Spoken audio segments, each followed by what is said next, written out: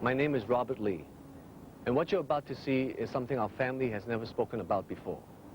It has to do with feng shui, the Chinese practice of determining one's fate based on a number of elements, and how bad feng shui was perhaps responsible for the fate of my late brother Bruce Lee and his son Brandon Lee.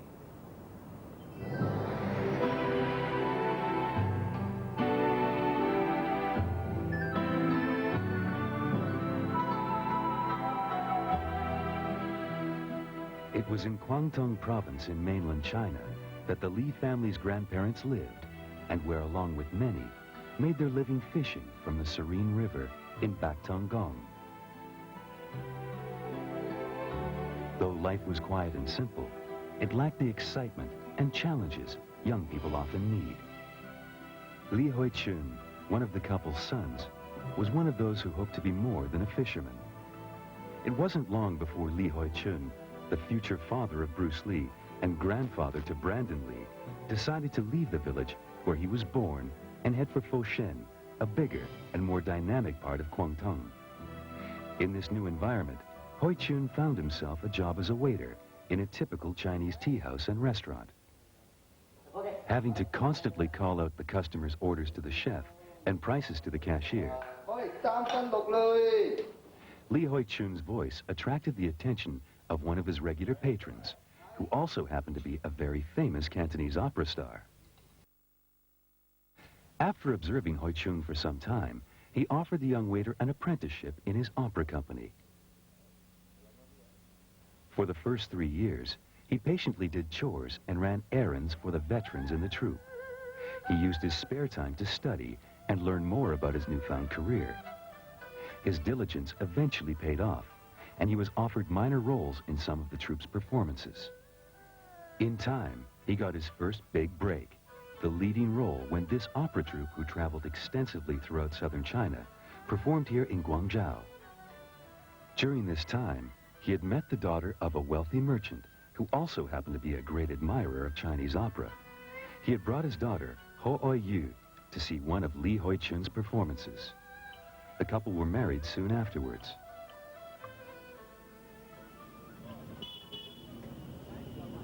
As his popularity as one of the top comedians in Chinese opera grew, he saved enough money to buy a vacation home.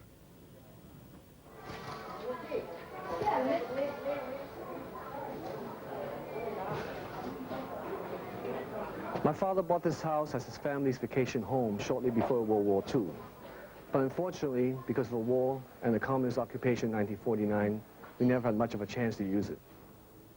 In the 1930s, Li Hoi-chun decided to further his career by once again moving to somewhere new.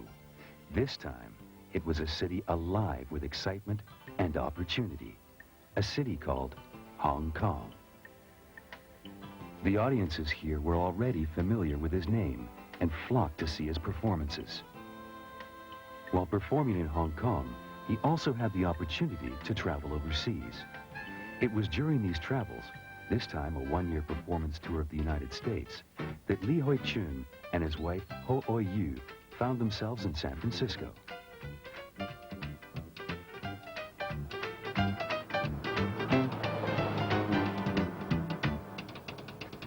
On November 27, 1940, in this small red brick house in nearby Chinatown, the couple's fourth son, who would later go on to be known as Bruce Lee, was born in the lunar calendar's Year of the Dragon. Li Hoi-chung pondered over what to name Bruce. Finally, they decided on the name Li Zheng-fan. The word Zheng means to stir up and to prosper. The word Fan stands for the city of San Francisco. Together, the name symbolized exactly what they wanted for their son, to one day prosper in this foreign land.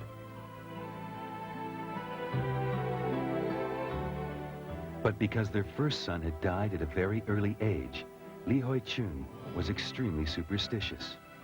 He decided to follow the Chinese practice of protecting the future of all male siblings by giving them female nicknames. Li Jianfan was nicknamed Sai Feng, which means Little Phoenix. Because the son is so important and has so many important roles to play in the future of the family wants to take measures to protect the new male offspring. Very often a name will not be given until the child has already been alive for its first full month. At the end of Munyut, at the end of its first full month of birth, a child is given a name. Not giving the child a name is a way of sort of denying that the child exists and having everyone go on as if the child did not exist, as a way of fooling the evil spirits, fooling the ghosts that might be lurking about in the vicinity, wanting to prey on this new and vulnerable offspring.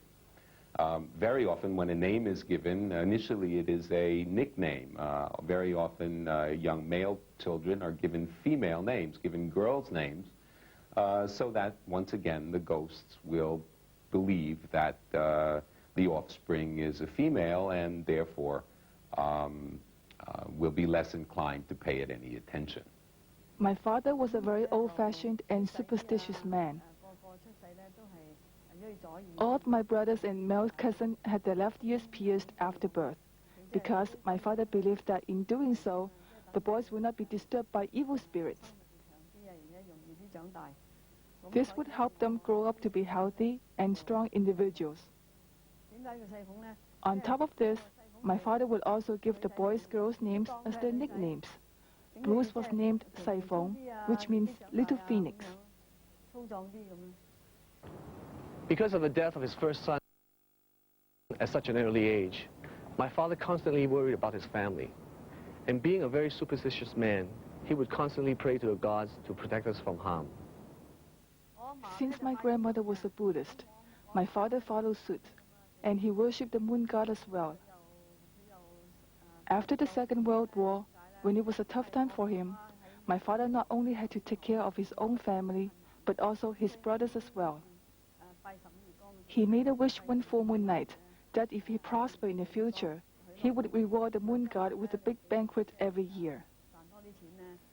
Later on, when he was doing much better financially and became successful in his career, he fulfilled what he had promised. Every year at the Mid-Autumn Festival, he would prepare a big meal and told us kids to kowtow 100 times to the moon god.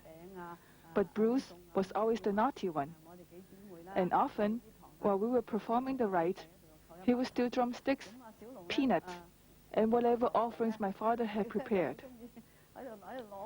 My father told him, "You can't do that," and complained that Bruce was not sincere enough.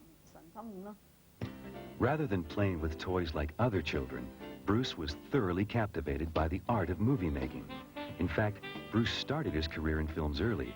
Here he is in his first role at the ripe old age of 3 months.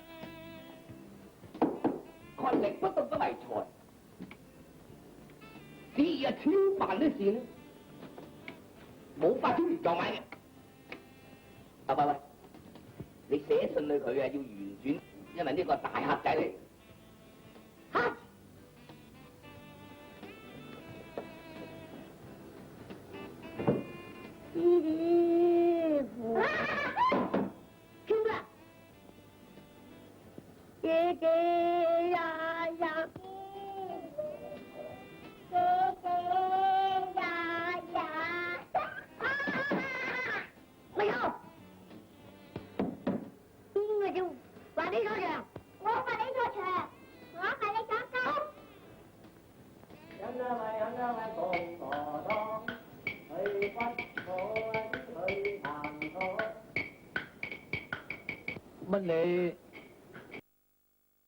阿叔，唔見咗好耐啦，好嘛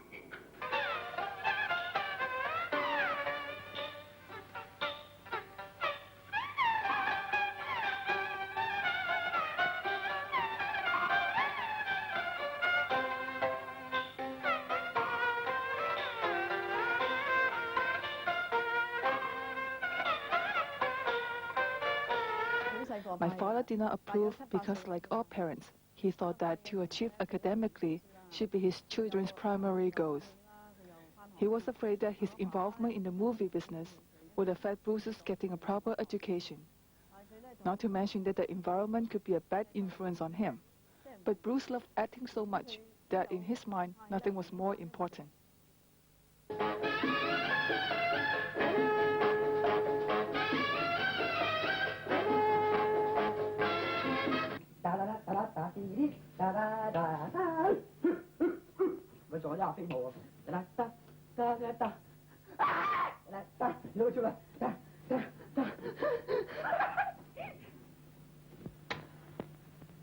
Bruce's childhood acting career ended with a Chinese movie titled The Orphan.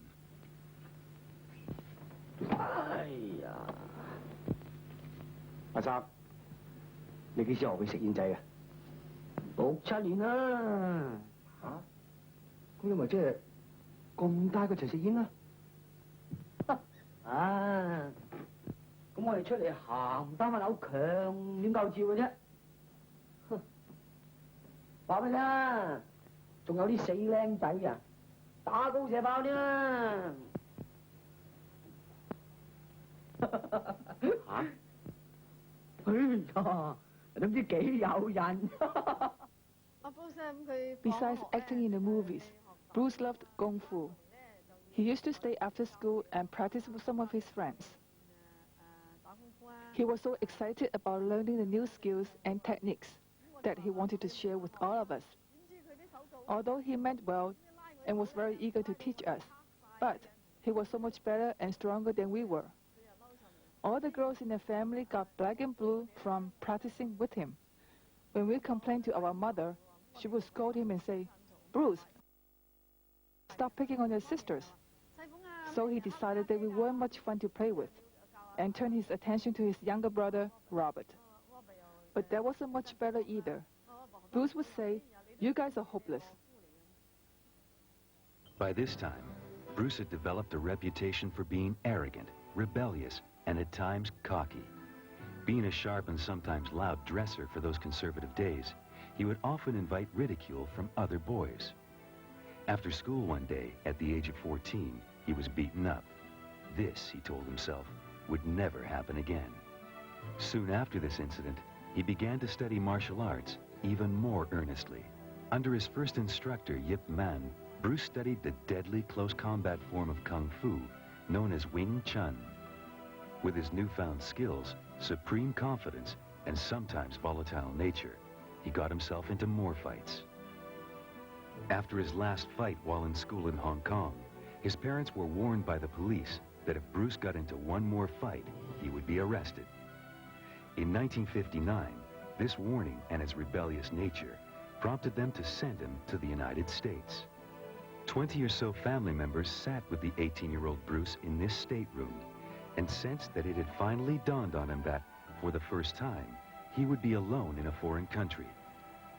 After weeks on the ocean, the then 18-year-old Bruce Lee landed in Seattle with the $100 that his father had given him and stayed with a family friend named Ruby Chow. She saw to it that he attended school. He would also spend some of his spare time working as a waiter in her restaurant.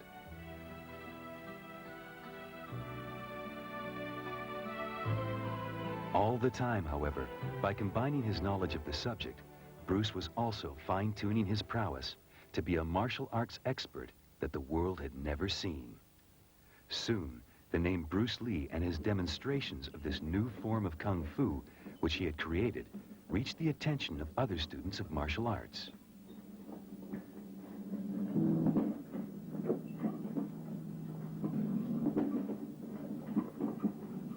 I just finished my junior year of high school then, and had been boxing ever since I was in 5th grade or so. But when I saw him move on the stage, the power and the grace and the speed and it was just something I'd never seen before, and I knew that I had to learn how to learn Kung Fu. And so I asked some friends that knew him to introduce us, and we were introduced shortly after that.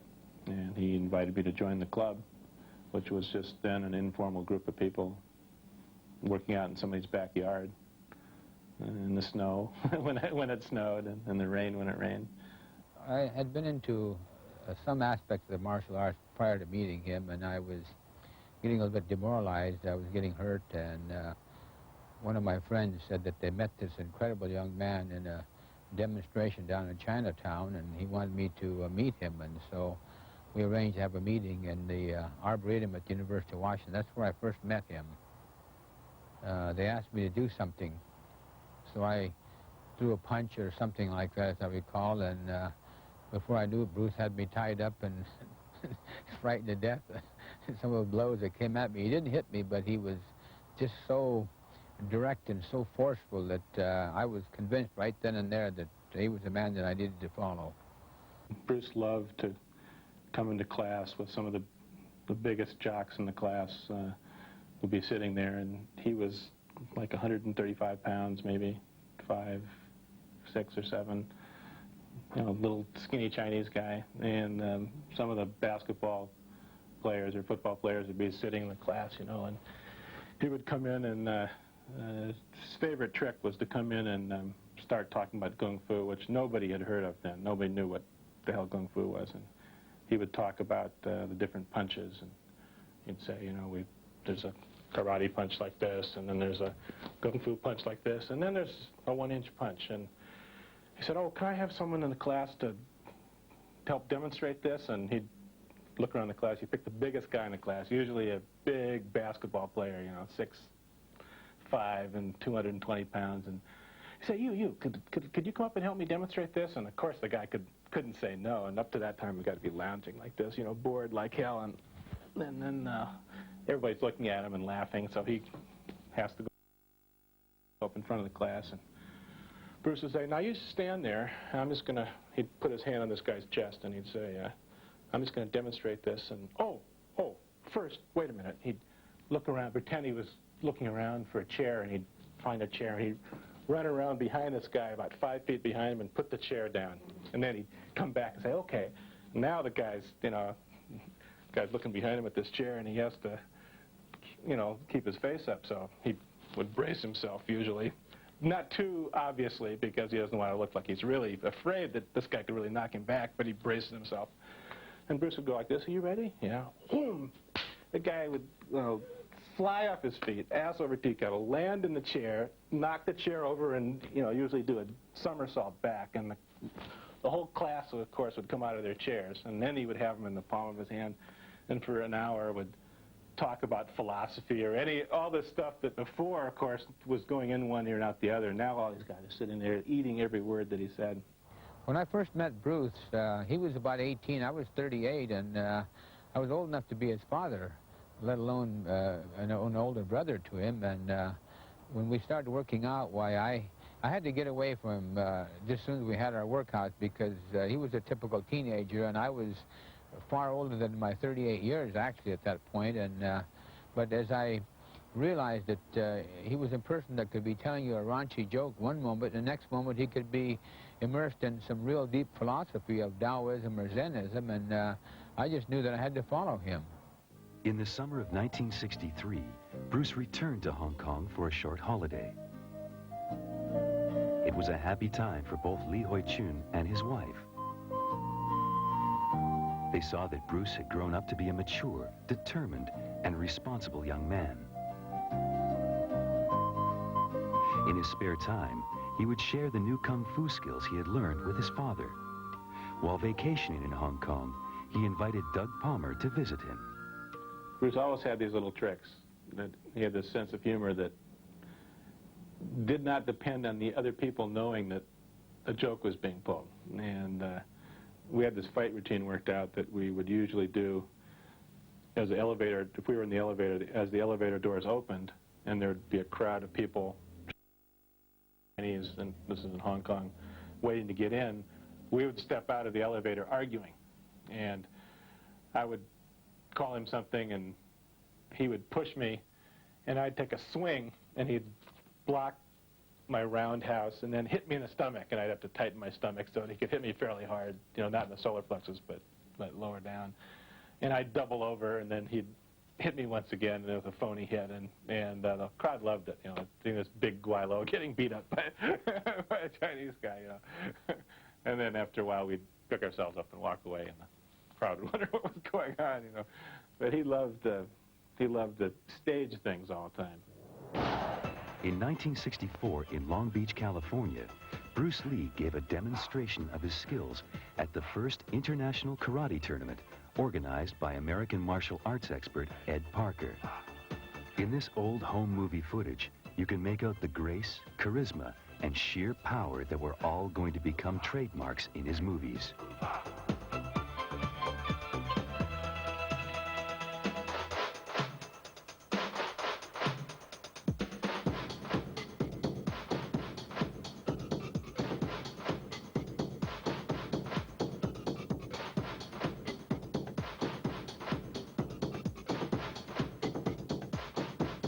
Here, Bruce demonstrates his hand speed as his opponent, time and time again, fails to block the incoming blows.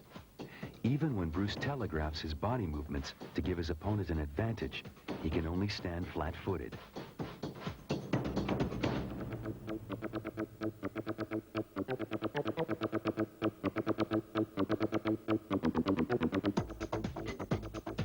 But it's in this full-contact sparring that one can see the sheer artistry and power of Bruce Lee.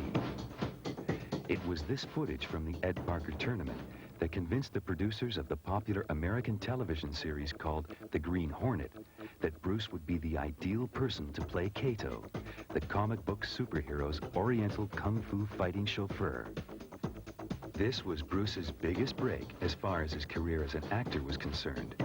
This success was made an even happier one by the birth of his first son, whom he named Brandon. The birth of a son is always a very, very happy occasion, one of the happy occasions of the life cycle in a family.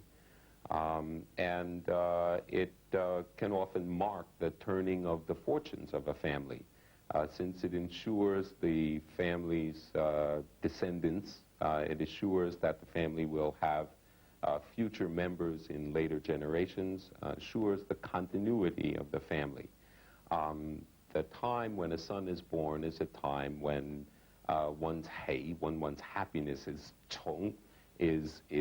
bolstered, is boosted up, and it is therefore a time when the fortunes of a family, when a family's fate is seen to be taking steps in the right direction, steps in a happy direction.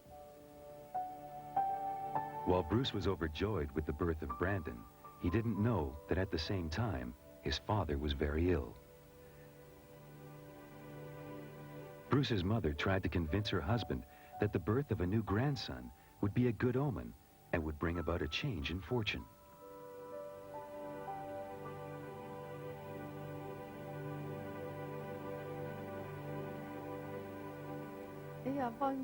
Right before Brandon was born, my father wasn't feeling too well.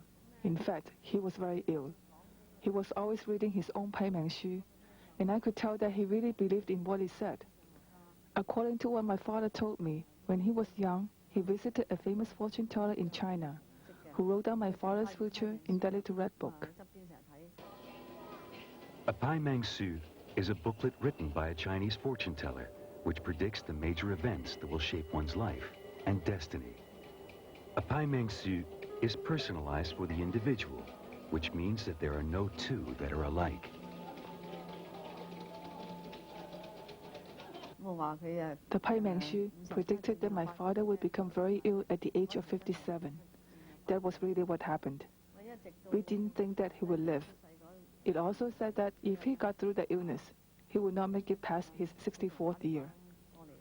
My father truly believed that he was not going to live through the 7th day of that Chinese New Year, as the Pai Mingxu said. When Brandon was born on Chinese New Year Day, Bruce called us from Seattle, telling us the good news, and on the 4th day of the New Year, we received Brandon's picture. Although my father was very happy about his newborn grandson, he kept asking us what day it was.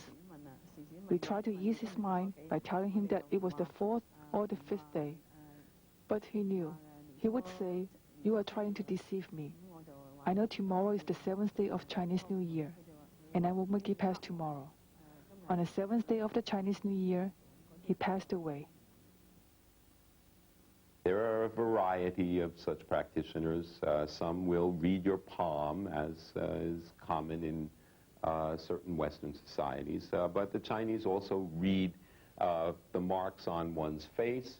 They will also read one's body posture and the shape of one's head, the position of one's facial features. All these things have a role in determining what one's fate is going to be.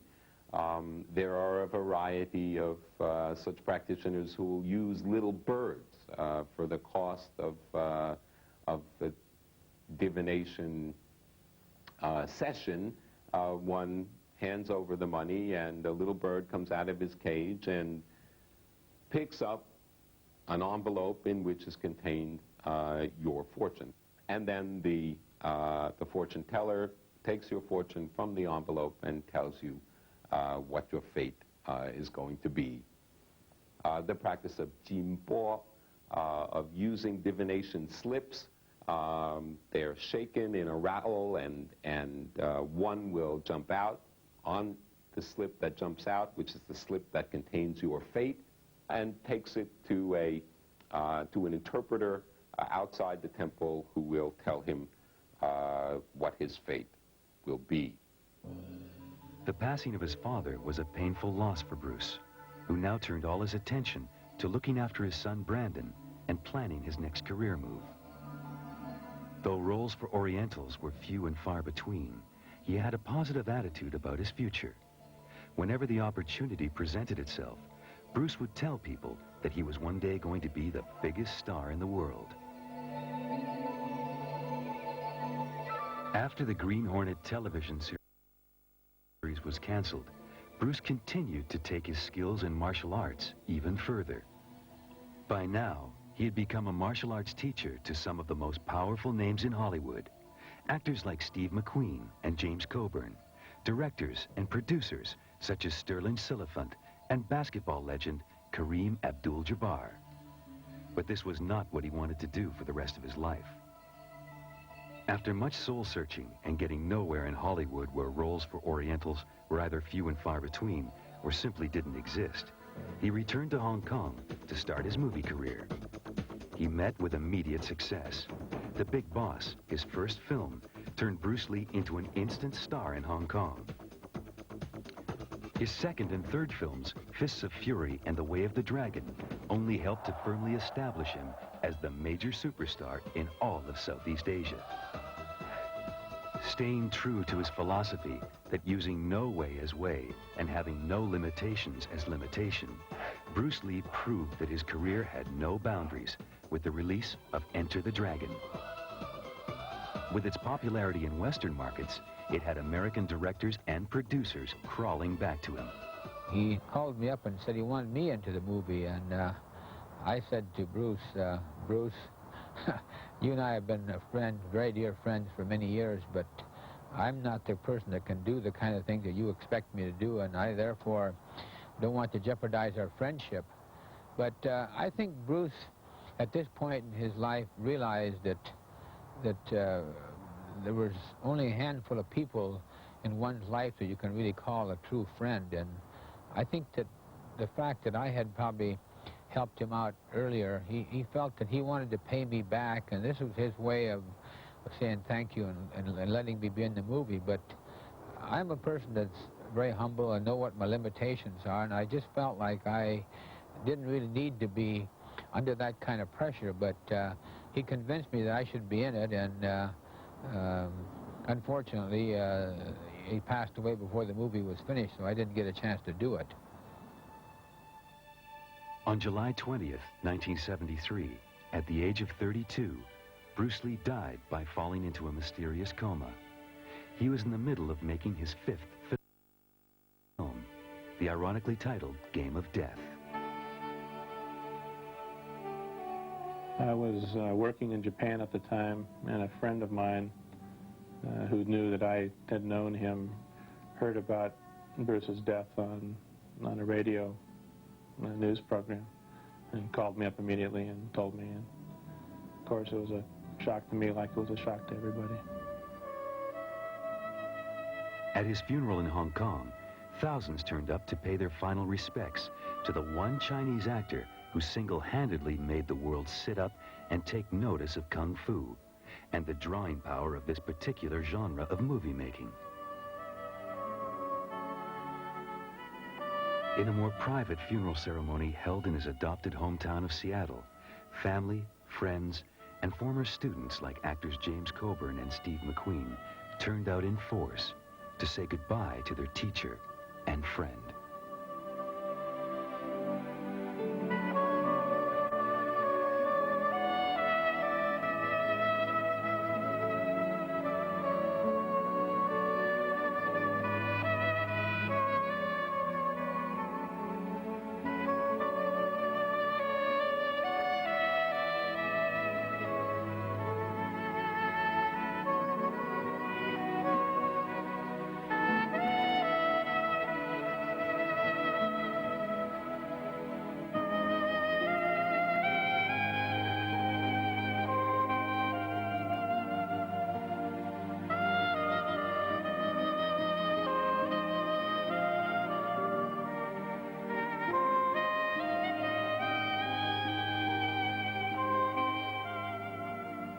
With my students in my private club, we have continued to try to keep the gravesite up as best possible. Of course, there's been so many people coming that the area around the monument is getting pretty well worn, but it's a sign of warmth in another way, because it shows that even 20 years after Bruce's death, people are still coming to pay their respects to Bruce, and it just hasn't stopped.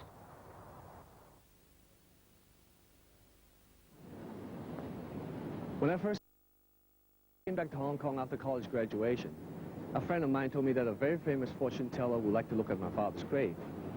At that point, I didn't give it much thought, so I took him up to the cemetery. Once we get to the grave, he took out an object that resembled a measuring tape. Then he started taking measurements of the grave itself. Then he looked at the angle and the direction that the burial site was facing. Then he pulled me aside and said, "Robert, there is something very seriously wrong with your father's grave."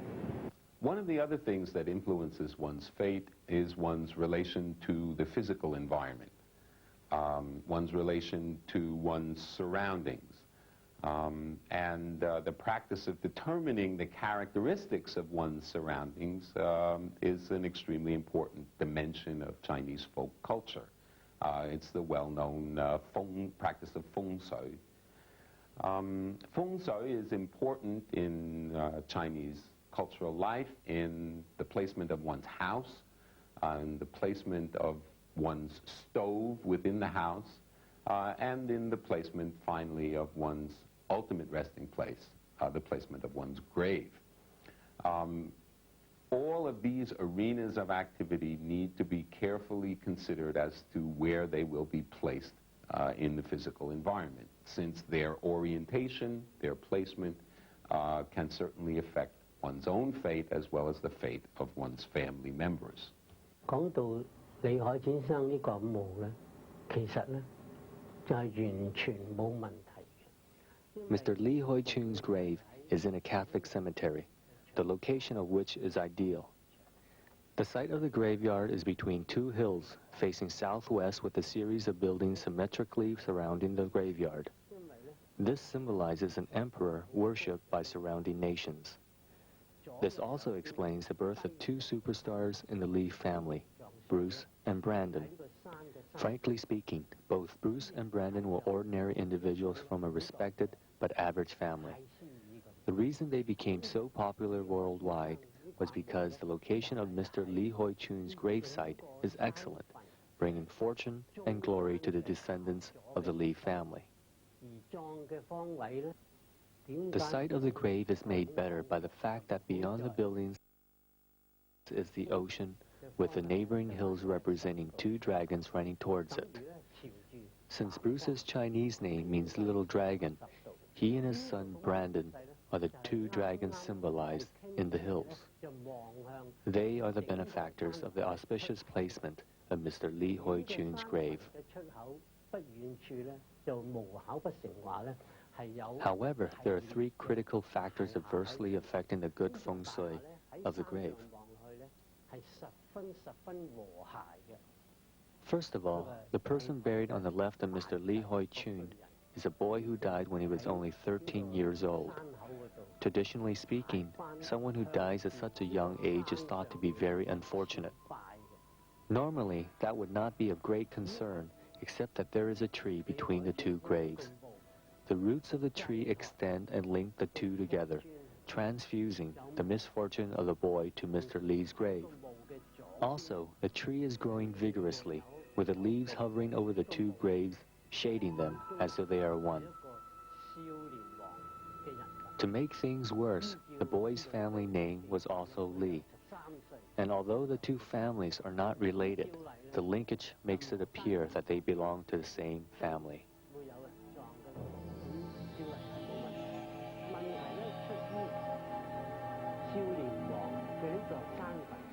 And on the right of Mr. Li's grave is a plot purchased by the Li family for future use. But through the years, it has remained empty.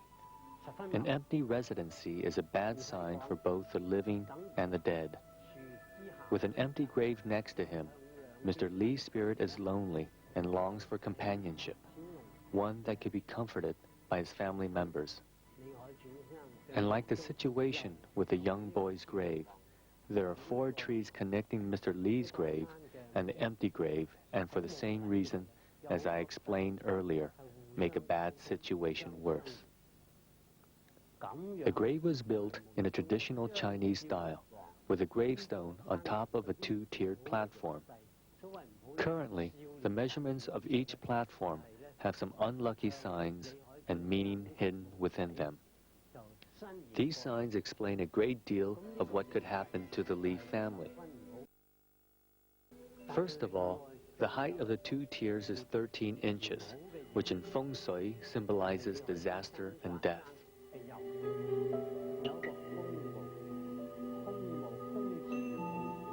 Secondly, the width of the lower tier is 36.5 inches.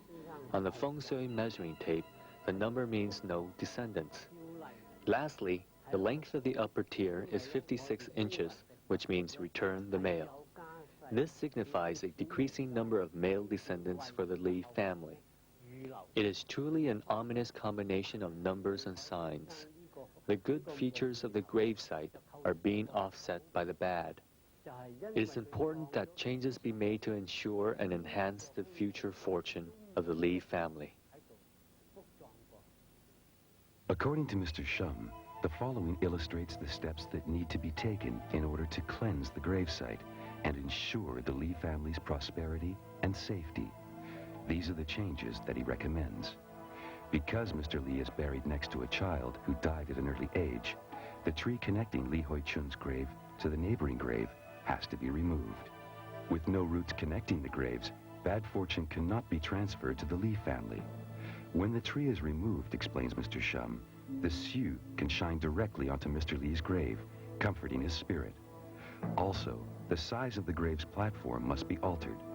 If the height of the 2 tiers are changed to 15 inches, the width of the lower tier to 41.5 inches, and the length of the upper tier changed to 57 inches, this would bring prosperity and good health to Mr. Li's future generations. It is recommended that an open stone book be placed on the grave to occupy his spirit and to keep him from being lonely. As for the empty grave, the small deep hole, says Mr. Shum, needs to be drilled in the middle and a cactus plant put in it. The cactus is referred to as dragon bone in China. Dragon being Bruce Lee's Chinese name would comfort Mr. Lee's soul. By placing the cactus on Mr. Lee's grave, says Mr. Shum, a void and a sense of loneliness in Mr. Lee's spirit would be filled. Then the neighboring grave needs to be covered with cement and tar, permanently sealing the door to death. By doing so, explains the feng shui master, the grave will no longer be a conduit for spirits seeking to trouble the soul of Mr. Lee, and allowing him to remain on guard to protect future generations of his family. If the family wants to improve the site of the grave even further, Mr. Shum recommends that 6 pots of cacti or evergreen plants be placed there in 2 rows, 3 pots in each row. In the study of feng shui, the numbers 3 and 6 stand for continuity and everlasting life. In conclusion, the geographical location of the gravesite is perfect, but the family needs to make some changes to overcome the disadvantages caused by the surrounding environment.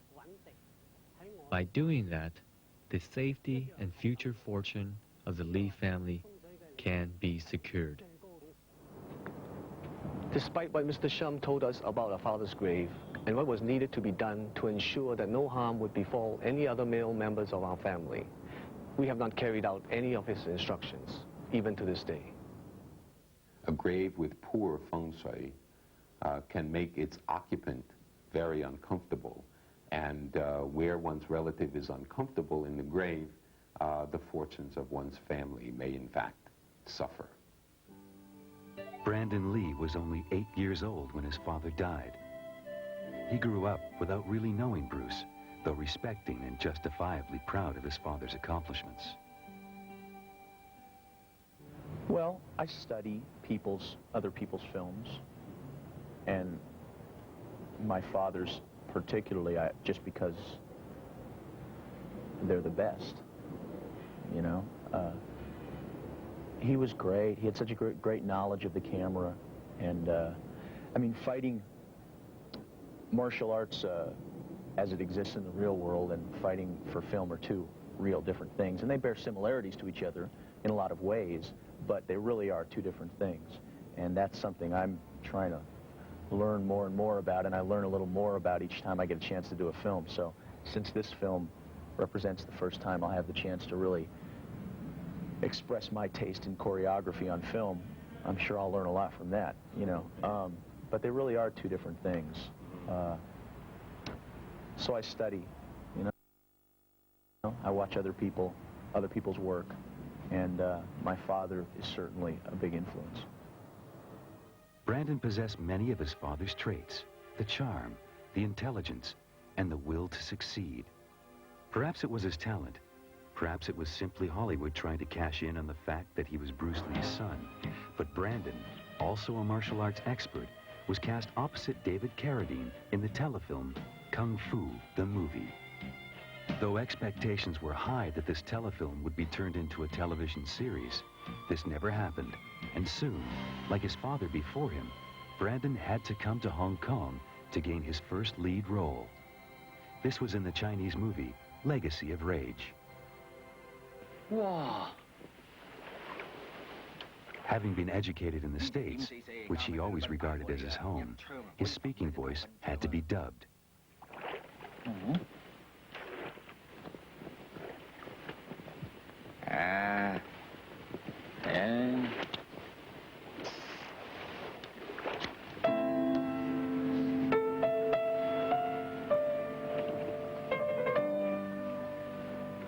Wait, 攞啲子彈試下。3秒都要你瞓低。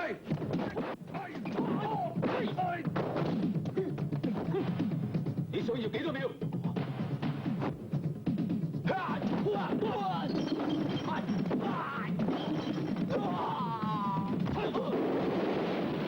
To Brandon, appearing in Hong Kong-produced Chinese films were only stepping stones in his career. What he longed to do was to return to the States and hone his craft as an actor in his own right. 你仲留住隻戒指？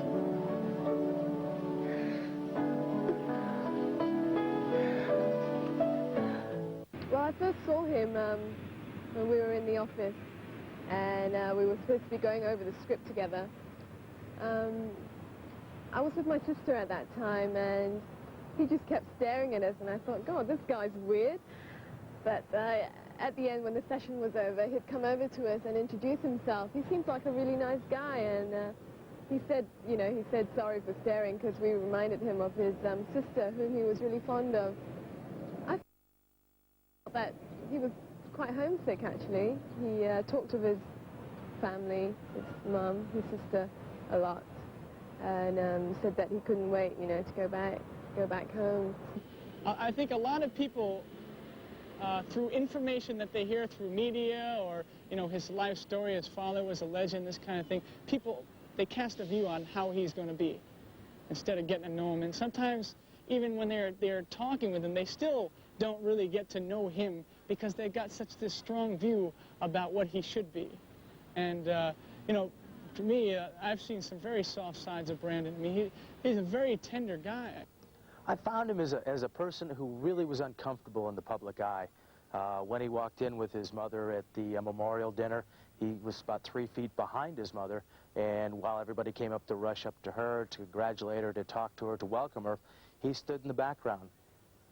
He really wasn't comfortable with the accolades and the adulation that people were giving him. He felt that, I think he felt that one way that it was reserved for his mom and his dad, and he hadn't done anything to deserve it. I think he felt very strongly about himself being a professional actor, and you know, more so than a martial artist. But local people here wanted him to be, you know, expected him to be a really good martial artist, and I don't think he was very fond of that. He had accepted the fact that acting was going to be his profession.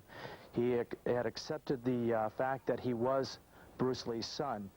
Somewhere along the line, he had decided that it would be very difficult for him to go through life, at least from an acting point of view, without discussing his father and without dealing with the many questions about his father. You could see that he began to open up a little bit. You could see that he was a little more forthright about talking about his father.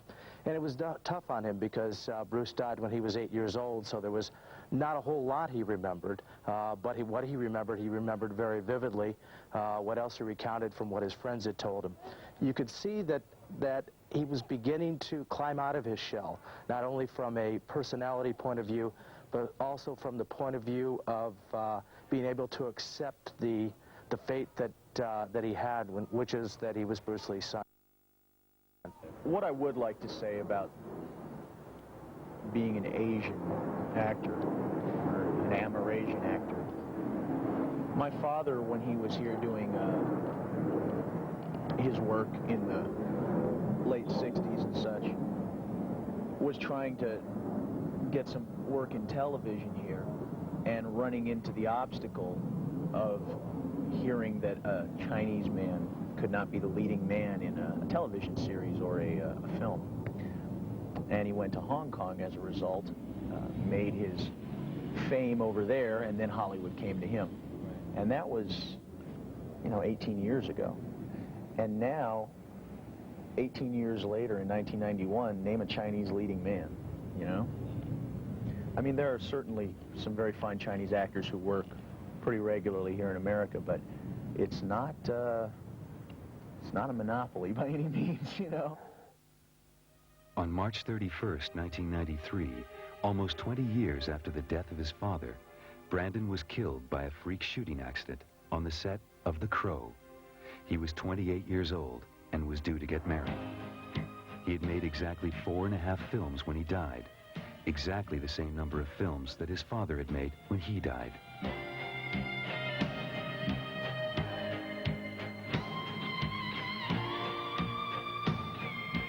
The gun that fired the fatal bullet that killed Brandon was a .44 Magnum revolver. It was a real gun, used as a prop and to fire off blanks.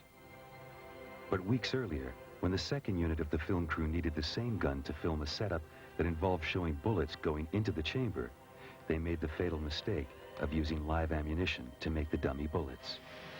They removed the bullet head, poured out the gunpowder, and reattached the bullet to the casing. They loaded the gun and got ready to film the close-up. Whether they knew it or not, the casing still contained a live primer, powerful enough to dislodge the bullet from the casing and force it into the barrel of the gun.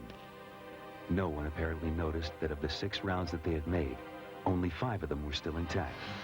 The other was missing the bullet.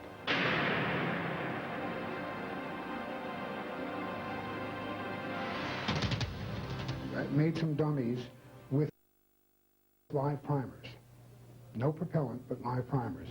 Then I snapped it, and it's a very, very almost inaudible puff when a primer only goes off. But it was enough to drive the bullet about 3/4 of an inch into the barrel. I then took out what should have been dummies, although by this time one of them had no bullet on it, and that should have been caught. I can't understand how that was not caught. But it came out, and I put live 44 Magnum blanks, full flash, in the cylinder, cocked it, shot it. The bullet left the barrel at approximately 850 feet per second. At 25 yards, it struck about 8 inches below point of aim. But this situation certainly could have killed a man. As the cameras rolled, the gun was aimed at Brandon and fired. The bullet that was lodged in the barrel weeks earlier was the one that killed him. Brandon was taken to the hospital and died hours later. I don't know, now that I'm 26, and so now that I've reached an age where I would consider having children myself, I just feel like if I had a child, and then for some reason I weren't around to take care of my child, I would want whatever I had accomplished with my life to be of a benefit to him, you know? And once I got around to thinking about it that way, I realized that my father would want what he had accomplished with his life to be of a benefit to me. So looking at it in that spirit, I try and accept whatever help that gives me as gracefully as I can, you know, and work real hard to live up to it. And that's about it.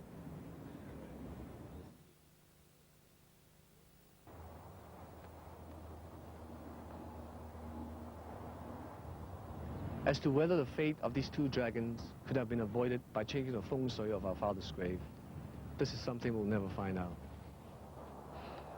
And here is where Bruce and Brandon are laid to rest in this peaceful and quiet cemetery. The legacy that they both left behind has touched the lives of many, so many people, especially mine. Bruce and Brandon, I love you.